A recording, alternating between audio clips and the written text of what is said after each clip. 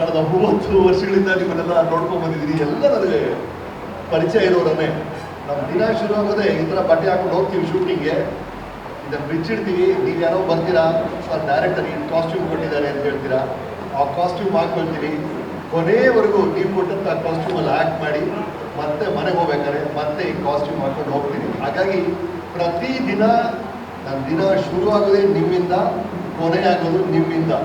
ಇದೇ ಅಂದರೆ ಎಂತೆಂಥ ಉಡುಪುಗಳು ಸರ್. ಒಂದಿನ ನನ್ನ ರಾಜ ಮಾಡಿದ್ದೀರಾ, ಒಂದಿನ ನನ್ನ ಪೊಲೀಸ್ ಮ್ಯಾನ್ ಮಾಡಿದ್ದೀರಾ, ಒಂದಿನ ಲಾಯರ್ ಮಾಡಿದ್ದೀರಾ. ನಾವೆಲ್ಲ ಪಾತ್ರಗಳು ಮಾಡ್ತೀವಿ ಅಂದರೆ ಅದಕ್ಕೆ ಬಹಳ ಮುಖ್ಯ ಸಪೋರ್ಟ್ ಸಿಗೋದು ಈ ಉಡುಪುಗಳಿಂದ, ವಸ್ತ್ರಗಳಿಂದ. ಅದನ್ನು ಕೊಟ್ಟಿರೋರು ನೀವು.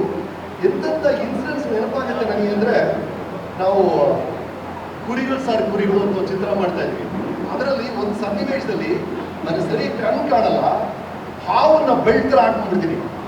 ಇದು ನೋಡಕ್ ಜನಕ್ಕೆ ಬಹಳ ತಮಾಷೆ ಅನಿಸ್ಬೋದು, ಬಟ್ ಹಾವು ಹೆಂಗ್ ಬೆಲ್ಟ್ ಲೂಪ್ ಒಳಗೆ ಹೋಗುತ್ತೆ. ಅದು ನಾನು ಕಾಸ್ಟ್ಯೂಮರ್ ಕೂತ್ಕೊಂಡು ಆ ಕಾಸ್ಟ್ಯೂಮರ್ ಗೆಳೆಯರು ಆ ಲೂಪನ್ನ ದೊಡ್ಡದು ಮಾಡಿ ಒಳಗೆ ಹಾವು ಈಸಿಯಾಗಿ ಹೋಗೋ ಥರ ಆ ಸೀನ್ ಮುಂಚೆ ಮಾಡಿದ್ವಿ. ಅದೇ ಥರ ಇನ್ನೊಂದು ಸನ್ನಿವೇಶ, ಮಳೆ ಸೀನು. ನನಗೆ ಪಂಚೆ ಕೊಟ್ಬಿಟ್ಟಿದ್ದಾರೆ, ಪಂಚೆ ಮೇಲೆ ನೀರು ಬಿದ್ದರೆ ಚೆನ್ನಾಗಿ ಕಾಣ್ತಾ ಇಲ್ಲ.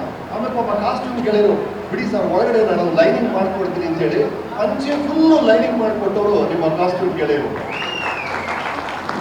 ಇನ್ನೊಂದು ಫಿಲ್ಮು ಅದ್ಯಾವುದು, ಅದರಲ್ಲಿ ಡಬಲ್ ಆಕ್ಟಿಂಗ್ ಮಾಡಿದ್ದೆ. ಒಂದು ಈ ರಮೇಶು, ಇನ್ನೊಬ್ಬ ಸಕ್ಕತ್ ದುಮ್ಮ ಇರಬೇಕು. ಅದನ್ನ ಹೆಂಗ್ ಮಾಡೋದು ಗೊತ್ತಾಗಿಲ್ಲ. ಈ ಕಾಸ್ಟ್ಯೂಮ್ ಗೆಳೆಯರು ಒಂದ್ಸಲ ನಾನು ಮಾಡ್ಕೊಡ್ತೀನಿ ಸರ್ ಅಂತ ಸ್ಪಾಂಜಲ್ಲಿ ಒಂದು ಫುಲ್ ದಪ್ಪಗಿರೋ ಬಾಡಿ ಥರ ಮಾಡಿ 1 ಸೆಕೆಂಡಲ್ಲಿ ಆ ಕೋಟ್ ಹಾಕೊಂಡ್ರೆ ಇಷ್ಟು ದಪ್ಪ ಆಗ್ಬಿಡ್ತಿದ್ದೆ ನಾನು. ಅದನ್ನು ಮಾಡಿದವರು ನಮ್ಮ ಕಾಸ್ಟ್ಯೂಮ್ ಗೆಳೆಯರು. ಈ ಥರ ಪ್ರತಿಯೊಂದು ಚಿತ್ರದಲ್ಲೂ ನಮ್ಮ ನಟನೆ ಅಭಿನಯಗಳಲ್ಲಿ ಚಪ್ಪಾಳೆ ಸಿಗ್ತಿದೆ ಅಂದರೆ ಅದಕ್ಕೆ ಬಹಳ ದೊಡ್ಡ ಪಾತ್ರ ನೀವು ಕೊಟ್ಟಂಥ ವಸ್ತ್ರಗಳು, ಉಡುಪುಗಳು. ನಿಮ್ಮೆಲ್ಲರಿಗೂ ಪ್ರತಿಯೊಬ್ಬರಿಗೂ ಧನ್ಯವಾದಗಳು. ಇವತ್ತು 35 ವರ್ಷಗಳನ್ನ ನಿಮ್ಮ ಯೂನಿಯನ್ ಸಂಭ್ರಮಿಸಿದೆ. ಅಂಡ್ ಇದು ಈ ಕಾರ್ಮಿಕರ ದಿನ ನಡೀತಾ ಇರೋದು ಬಹಳ ಅದ್ಭುತವಾದ ವಿಷಯ. ನಮ್ಮ ಹಿರಿಯರು ಏನ್ ಮಾಡೋದು ಅಂದ್ರೆ, 2 ಪದಗಳಲ್ಲಿ ದೊಡ್ಡ ದೊಡ್ಡ ಸತ್ಯಗಳನ್ನ ಹೇಳ್ಕೊಂಡು, ಸತ್ಯಮೇವ ಜಯತೆ, ಸತ್ಯ ಗೆಲ್ಲುತ್ತೆ, 2 ಪದ ಹೇಳ್ಬೋದು. ಬೇವು ಬೆಲ್ಲ 2 ಪದ. ಲೈಫ್ ಅಂದ್ರೆ ಬೇವು ಬೆಲ್ಲ. ಒಂದಿನ ಕೈಯಲ್ಲಿ ದುಡ್ಡು ಇರುತ್ತೆ, ಒಂದಿನ ಕೈಯಲ್ಲಿ ದುಡ್ಡೇ ಇಲ್ಲ, ಅಡ್ಜಸ್ಟ್ ಮಾಡ್ಕೊಂಡು ಹೋಗ್ಬೇಕು. ಅದೇ ತರ ಇನ್ನೂ 2 ಪದಗಳು, ಕಾಯಕವೇ ಕೈಲಾಸ. ಅದಕ್ಕಿಂತ ಒಂದು ದೊಡ್ಡದೊಂದು ಒಂದು ಫಿಲಾಸಫಿನೇ ಇಲ್ಲ. ಕಾಯಕವೇ ಕೈಲಾಸ ರೀ. ಕಾಯಕವೇ ಕೈಲಾಸ ಅಂದ್ರೆ, ನೀವು ಸೂಜಿ ತಗೊಂಡು ಅದನ್ನು ದಾರ ಹಾಕ್ತಿರಲ್ಲ, ಆ ಸೂಜಿ ಮೊನೆಯಲ್ಲಿ ಶಿವ ಪಾರ್ವತಿ ನರ್ತನೆ ಮಾಡ್ತಿರ್ತಾರೆ. ಇದು ಬರೀ ಸೂಜಿ ದಾರ ಅಲ್ಲ, ಸೂಜಿಯ ಕೊನೆಯಲ್ಲಿ ಶಿವ ಪಾರ್ವತಿ ನರ್ತನೆ ಮಾಡ್ತಾರೆ. ಕಾಯಕವೇ ಕೈಲಾಸ. ನೀವು ಮಾಡ್ಬೇಕಾದ್ರೆ ಇಷ್ಟೇ. ನಾನು ನೋಡ್ತಾ ಇರ್ತೀನಿ, ನೀವೆಲ್ಲ ಟೈಲರಿಂಗ್ ಮಾಡ್ತಿರಲ್ಲ, ಸೂಯಿಂಗ್ ಮಿಷನ್ ಅಲ್ಲಿ ಮಾಡ್ತಾ ಇರ್ತಿರಲ್ಲ. ನೀವು ಆ ಸೂಯಿಂಗ್ ಮಿಷನ್ ಅಲ್ಲಿ ಮಾಡ್ತಿರ್ಬೇಕಾದ್ರೆ ನೀವು ಗಮನ ಎಷ್ಟು ಚೆನ್ನಾಗಿದೆ ನೋಡಿ. ಒಂದು ಕ್ಷಣ ಗಮನ ಆ ಕಡೆ ಈ ಕಡೆ ಹೋಗಲ್ಲ. ಆ ಗಮನ ಒಂದಿದ್ಬಿಟ್ರೆ ನಿಮ್ಮ ಜೀವನದಲ್ಲಿ ನಿಮ್ಗೆ ಏನೇನು ಬೇಕು ಅದೆಲ್ಲ ಸಿಗುತ್ತೆ ಸರ್. ನೀವು ಆ ಗಮನವನ್ನ ನೀವು ಸ್ಟಿಚಿಂಗ್ ಮಾಡ್ಬೇಕಾದ್ರೆ ಗಮನ ಇದೆಯಲ್ಲ, ಅದೇ ಗಮನವನ್ನ ನಿಮ್ಮ ಮಕ್ಕಳು ಚೆನ್ನಾಗಿರ್ಬೇಕು ಅಂತ ಆಸೆ ಪಡ್ತೀರಾ, ಅಲ್ಲಿ ಕೊಡಿ.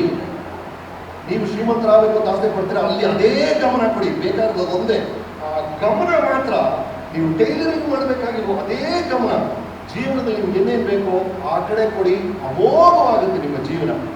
ನಾನು ಹೇಳ್ತಿದ್ದಿಲ್ಲ, ನೀವು ಆಸೆ ಪಡ್ತಿರೋ ಪ್ರತಿಯೊಂದು ವಿಷಯ, ನೀವೇನೇನು ಆಸೆ ಪಡ್ತಿದ್ರು ಗೊತ್ತಿಲ್ಲ ನನಗೆ.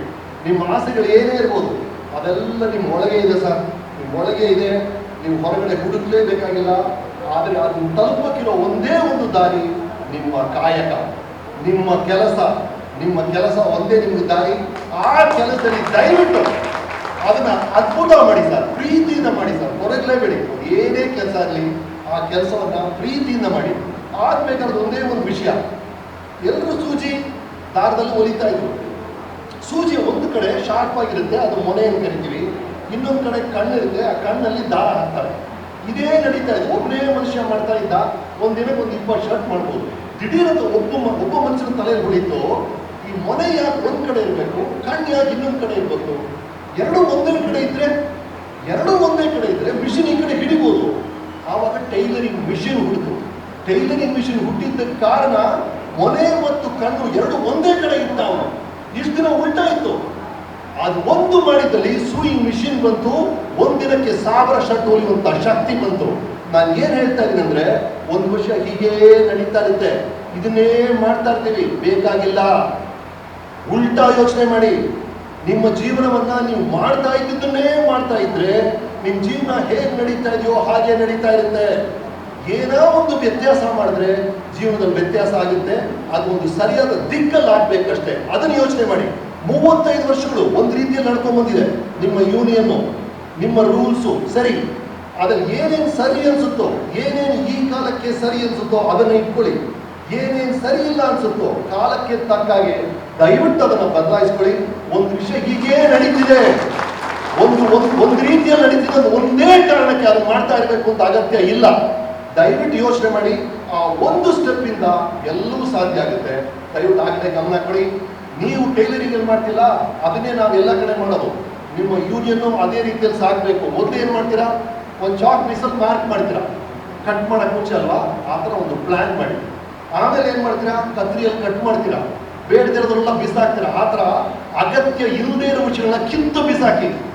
ಅಗತ್ಯ ಇರೋ ವಿಷಯಗಳು, ನೀವು ಪ್ಯಾಂಟ್ ಹೊಲಿಬೇಕು, ಪ್ಯಾಂಟ್ ಏನ್ ಬೇಕು ಅದನ್ನ ಇಟ್ಕೊಳ್ಳಿ, ಬೇಡದಿರೋದನ್ನ ಕಿತ್ತು ಬಿಸಾಕಿ. ಮೂರನೇದು, ಒಲಿರಿ ಒಲಿರಿ ಒಲಿರಿ, ಜೊತೆಗಿರಿ. ಎಷ್ಟು ಜೊತೆಗಿರ್ತಿರೋ, ಎಷ್ಟು ಸಾಮೂಹಿಕವಾಗಿ ಒಂದು ಚೌಕಾಸಿಯನ್ನು ಮಾಡೋದು ಸುಲಭ ಆಗುತ್ತೆ. ಕಲೆಕ್ಟಿವ್ ಬಾರ್ಗೇನಿಂಗ್ ಅಂತ ಹೇಳ್ತಾರೆ. ಒಬ್ಬ ಹೋಗಿ ಕೇಳೋದಕ್ಕೂ 100 ಜನ ಜೊತೆ ಕೇಳೋದಕ್ಕೂ ಬಹಳ ವ್ಯತ್ಯಾಸ ಇದೆ.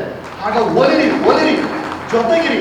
ಕೊನೆಗೆ ಏನ್ ಮಾಡ್ತೀರಾ, ಬಟ್ಟೆ ಹೊಲಿದ ಮೇಲೆ ಇಸ್ತ್ರಿ ಮಾಡ್ತೀರಲ್ವಾ, ಆ ಸುಕ್ಕನೆಲ್ಲ ತೆಗಿತೀರಲ್ಲ, ಸಣ್ಣ ಸಣ್ಣ ವ್ಯತ್ಯಾಸಗಳಿರುತ್ತೆ. ನಿಮ್ಮೊಳಗೆ ಮನಸ್ತಾಪಗಳಿರುತ್ತೆ, ಸಣ್ಣ ಸಣ್ಣ ಈಗೋ ಇರುತ್ತೆ. ಅದನ್ನೆಲ್ಲ ಆಯನ್ ಮಾಡಿ ತೆಗೆದು ಬಿಸಾಕಿ. ನಿಮ್ಮ ಯೂನಿಯನ್ ಅದ್ಭುತವಾಗಿರುತ್ತೆ. ಇವತ್ತು ಕಾರ್ಮಿಕರ ದಿನ. ಬೆಳಗ್ಗೆ ನಾನು ಹೊರಡ್ತಿದ್ದೆ ಸರ್, ಹೊರಡ್ತಿದ್ರೆ ನೋಡ್ತೀನಿ ಈ ಶರ್ಟು ಇದು ನೀವ್ಯಾರೋ ಹೊಲಿಸ್ಕೊಟ್ಟಿದ್ದು ಸರ್, ಈ ವಾಚು ಯಾರೋ ಕಾರ್ಮಿಕರು ಮಾಡಿ ಕೊಟ್ಟಿದ್ದು ಸರ್, ಈ ಮೊಬೈಲು ಆ ಮೊಬೈಲ್ ಕಾರಲ್ಲಿ ಆ 1000 ಕಾರ್ಮಿಕರ ಕೊಡುಗೆ ಸರ್. ಹೊರಗಡೆ ಬರ್ತೀನಿ, ಆ ರಸ್ತೆ ಮಾಡಿದ್ದು ಯಾರೋ ಕಾರ್ಮಿಕರು, ಆ ಫ್ಲೈಓವರ್ ಮಾಡಿದ್ದು ಯಾರೋ ಕಾರ್ಮಿಕರು, ಎದುರುಗಡೆ ಇರೋ ಸ್ಕೂಲು, ಈ ಕಡೆ ಸಾಲ್ ಮನೆಗಳು, ಎಲ್ಲವೂ ಕಾರ್ಮಿಕರು ಮಾಡಿದ್ದು ಸರ್. ಪ್ರತಿ ಹೆಜ್ಜೆಯಲ್ಲೂ ನಮ್ಮ ಜೀವನ ನಡೆಯೋಕ್ಕೆ ಕಾರಣ ನಿಮ್ಮಂತ ಕಾರ್ಮಿಕರು. ಈ ಕಾರ್ಮಿಕರು, ಈ ಚಿತ್ರಕಲಾ ಪರಿಷತ್ತಲ್ಲಿ ಬೇರೆ ಬೇರೆ ಚಿತ್ರಗಳಿರುತ್ತೆ. ಆ ಚಿತ್ರ ಯಾಕೆ ಅದ್ಭುತವಾಗಿ ಕಾಣುತ್ತೆ ಅಂದ್ರೆ, ಅಲ್ಲಿ ಹಳದಿ ಕಲಲ್ಲಿ ಒಂದು ಸೂರ್ಯ ಇರುತ್ತೆ, ಹಸಿರು ಕಲಲ್ಲಿ ಒಂದು ಗಿಡ ಇರುತ್ತೆ, ಎಲ್ಲ ಬಣ್ಣಗಳು ಸೇರಿದ್ರೆ ಚಿತ್ರ. ಹಾಗೆ ಬೇರೆ ಬೇರೆ ವೃತ್ತಿಗಳು, ಬೇರೆ ಬೇರೆ ಕೆಲಸಗಾರರು, ಬೇರೆ ಬೇರೆ ಶ್ರಮಿಕರು ಸೇರಿದ್ರೇನೆ ಸಮಾಜ.